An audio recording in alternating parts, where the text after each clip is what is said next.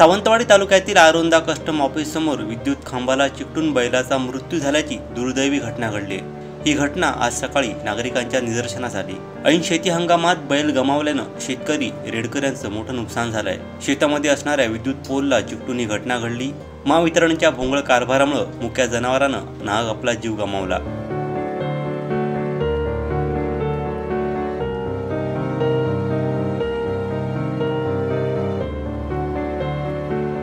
सुदैवानं मनुष्यहानी टळली असली तरी ऐन शेतीच्या हंगामात शेतकरी हनुमंत रेडकर यांनी आपला बैल गमावलाय, त्यामुळे मोठं आर्थिक नुकसान झालंय। महावितरणच्या या भोंगळ कारभाराविरोधात नागरिकांनी संताप व्यक्त केला। यावेळी आरोंदा सरपंच सायली साळगावकर यांनी घटनास्थळी दाखल होत पाहणी केली। कृषी अधिकाऱ्यांना पंचनाम्यासाठी बोलावल्याची माहिती दिली। यावेळी सामाजिक कार्यकर्ते हेमंत नाईक उपस्थित होते।